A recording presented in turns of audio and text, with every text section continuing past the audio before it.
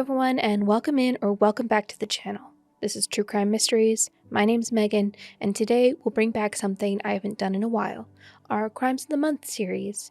You guys have asked me to bring it back, so here it is. In these videos, I compile various crime stories in the news, updates on cases that we previously covered, and anything else that kinda doesn't fit anywhere. Please let me know if you like these videos in the comment section down below. If we get 5,000 likes on this video, I will bring this back every month. But with that being said, let's get into it. A Delray Beach, Florida construction worker saw an odd item floating in the intercoastal waterway. It appeared to be a suitcase bobbing along the water. As it moved, and as he watched it move with the tide, he saw a human body part protruding from the bag. Delray PD were called and arrived on the scene along with the Coast Guard and secured the bag. Inside were the partial, dismembered human remains.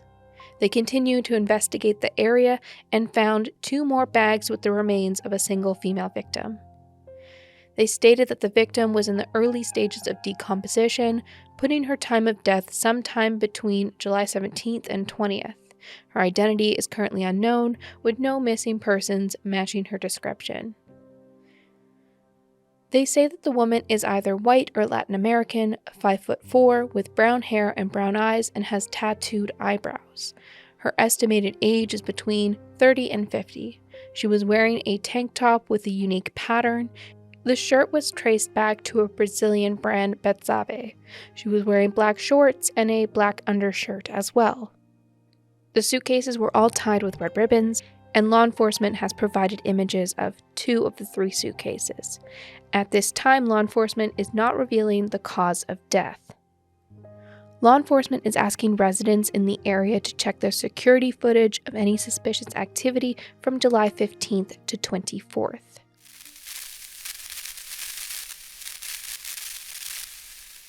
In early July, following an anonymous tip, Mexican and U.S. authorities investigated reports of a mass grave site in Reynosa, Mexico, a border town only 4 miles from the U.S. border. Volunteers with the group For the Love of the Disappeared, consisting solely of relatives of the missing and murdered persons in Mexico, conducted the search and uncovered what is believed to be the skeletal remains of approximately 27 people. The remains were discovered to be dismembered, making both identification and cause of death difficult to determine. However, relatives were able to identify 4 victims based on tattoos, though DNA confirmations have yet to be conducted. Officials in Mexico have stated that a thorough investigation will be conducted to identify the persons found. This is unfortunately a concerning trend in recent years, with several mass grave sites being found across the country. According to the Advocacy for Human Rights in the Americas, there are over 100,000 missing people in Mexico, and gangs or cartels abduct, murder, and dump victims into mass graves much like this one. Investigating these tips can also be quite dangerous for the volunteers, as cartels have been known to leave false tips and hide explosives. Dozens of people, including some children, have been casualties. After multiple attacks, Mexico has decided to stop having law enforcement show up to these areas to search. Now, search parties mostly consist of mothers of these missing loved ones. A heartbreaking sacrifice these volunteers are making to restore some answers to families.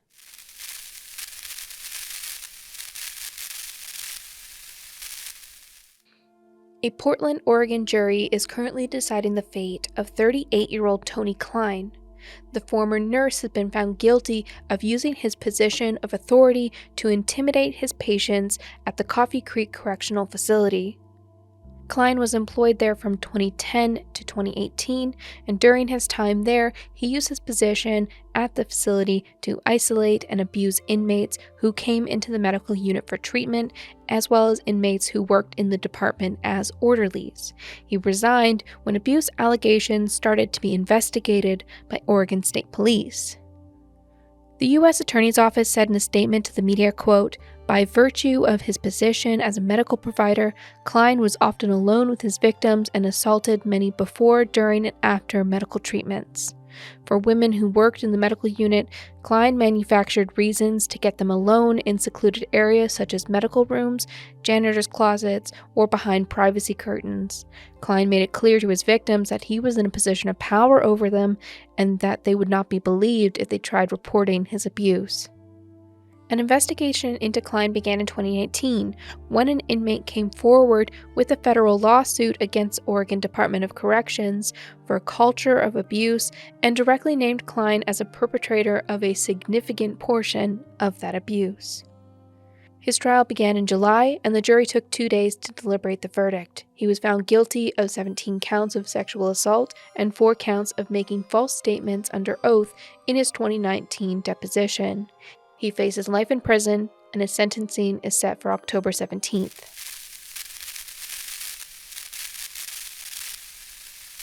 Henry Lee is a famous, now celebrity forensic scientist. According to his website, he claims to have been involved in solving 8,000 cases over his impressive 5-decade-long career. Cases he has provided his expertise on include the JonBenet Ramsey investigation and the O.J. Simpson trial. He was a blood spatter expert for the Michael Peterson trial. He also worked on the Caylee Anthony murder investigation. He grew to be a highly desired trial expert not only in the U.S. but across the globe.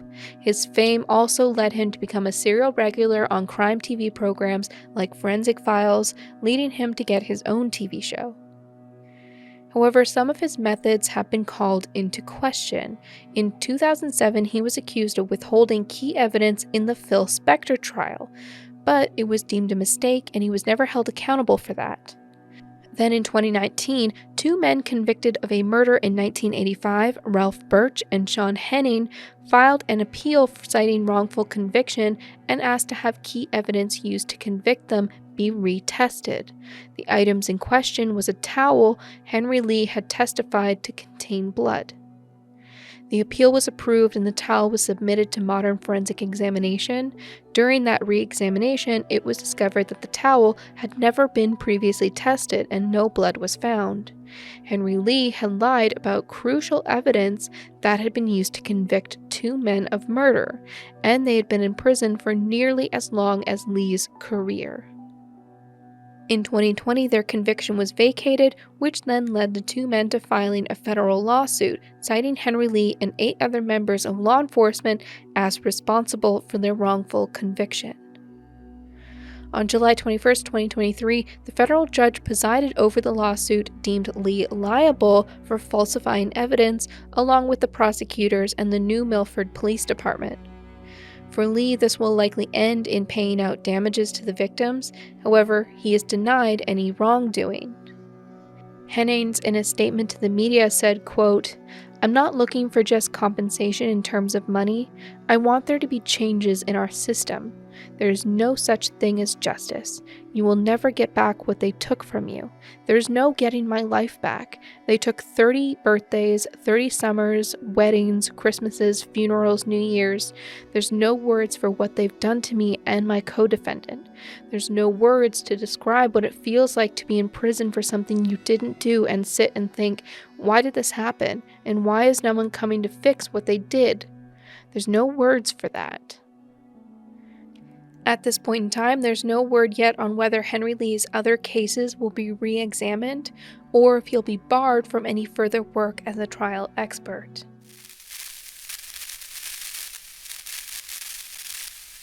Zachary Scheich was arrested on July 20th when it was discovered that he'd been posing as a 17-year-old high school student in Lincoln, Nebraska.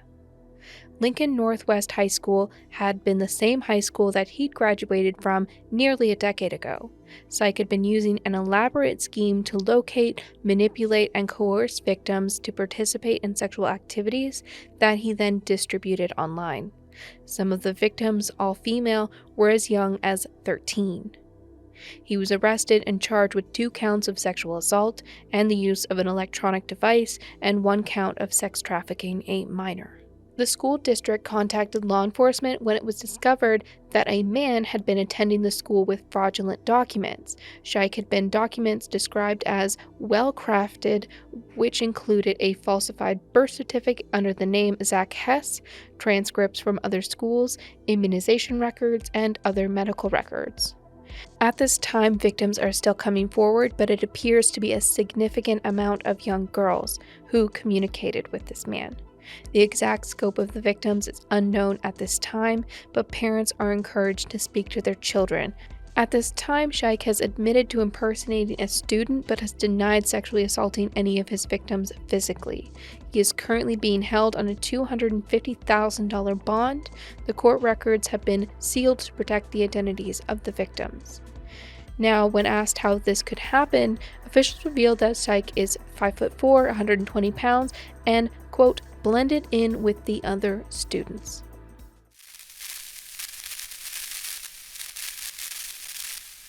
On July 13th, first responders were called to a grocery store in Evergreen Park, Illinois. An active shooter was reported, but there was only one victim, who was identified as 21-year-old Jailene Flores. The victim had been in the stock room when her ex-boyfriend came into the store and shot her multiple times. She was declared deceased at the scene. Armani Henry was arrested later that day and charged with first-degree murder. Jailene had recently ended the relationship and had sought out a protective order against Henry, and it had been granted, but it had never been served. 3 days before she was murdered, she discovered an Apple AirTag on her vehicle. She and her brother discovered that the AirTag was connected to Henry's cell phone and smashed it. He later turned up at her place of work, threatening her and her family if she cut contact with him. She had filed a second protective order the day before the attack. Her cell phone showed that on July 13th, she had 124 text messages from Henry threatening to kill her. According to court records from Chicago, Armani Henry had a history of domestic violence and had previously been convicted of battery. He has been charged with murder and is being held in custody while he waits his next court date on August 11th.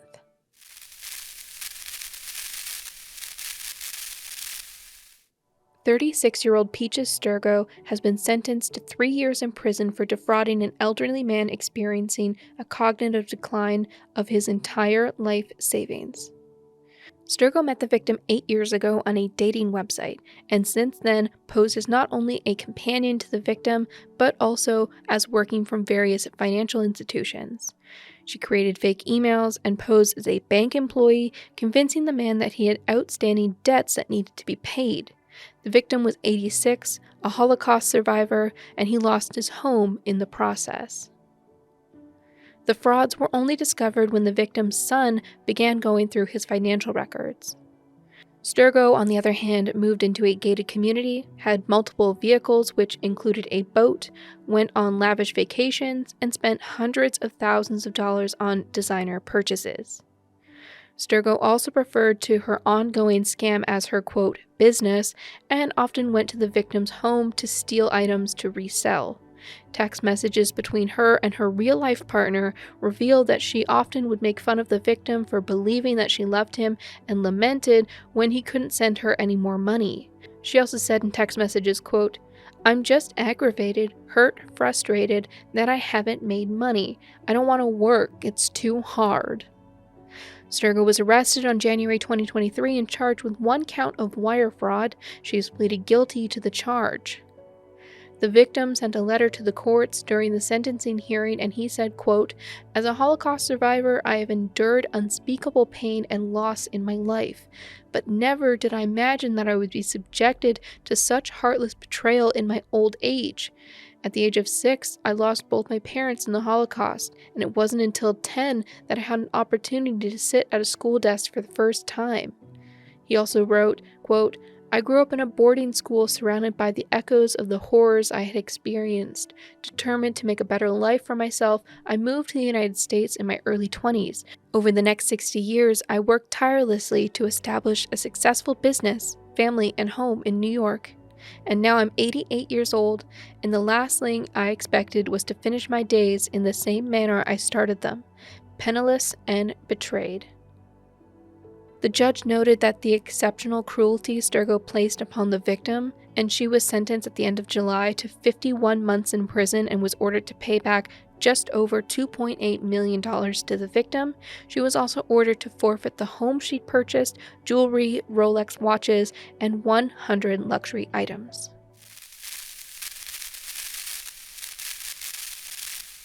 A 67-year-old man, Ivan Sevastino, walked into a Wells Fargo in Lakewood, New Jersey and attempted to rob the bank by slipping a note to the teller. The teller simply said no, so the man walked out of the Wells Fargo and went across the street to a TD Bank. At the second bank, the man repeated the same process, handing the same note to the teller.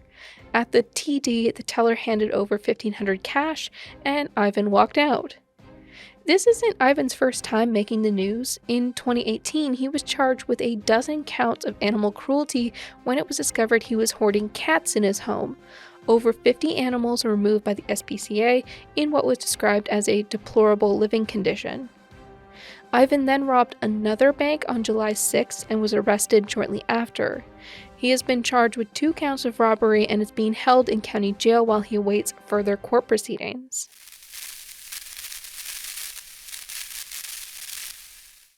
After covering quite a few heavy cases, I like to end the videos on a lighter note, and this case is kind of that. It was around 1 a.m. on July 28th when a family discovered a man stuck in their chimney. The man was known to the family and was 47-year-old Irvin Ortiz Guzman and had been violating a protection order against him while trying to break in. Guzman had made it about 2/3 down the way of the chimney before the flue became too narrow, and he found himself lodged inside. He screamed, which alerted the family inside, and they called 911. Firefighters had to work for 2 hours to pull him back up the chimney. He was extracted without any serious injuries, but was taken to the hospital for treatment for minor issues. Guzman now faces criminal trespassing charges and violating a protection order. Firefighters would like to remind the public that despite chimneys being okay for Santa to get in and out of, humans are not capable of going down chimneys. Well, that's going to be it for this video. What are your thoughts? Is there something you saw in the news that I didn't cover? Let me know in the comment section below. If you want to support the channel, the easiest way is to hit the like button, comment below, and share the video. And if you haven't yet, why not subscribe? Don't forget to hit the notification bell so you don't miss out on new content. I post new crime content every week. Other ways to support the channel are by following me on other platforms, all linked in the video description box. I also started streaming over on Twitch, so come say hi over there. And if you see anything you want me to cover next, let me know. But that's it for me. Thank you for being here and supporting what I do. I'll see you on the next one. Stay safe out there. Goodbye.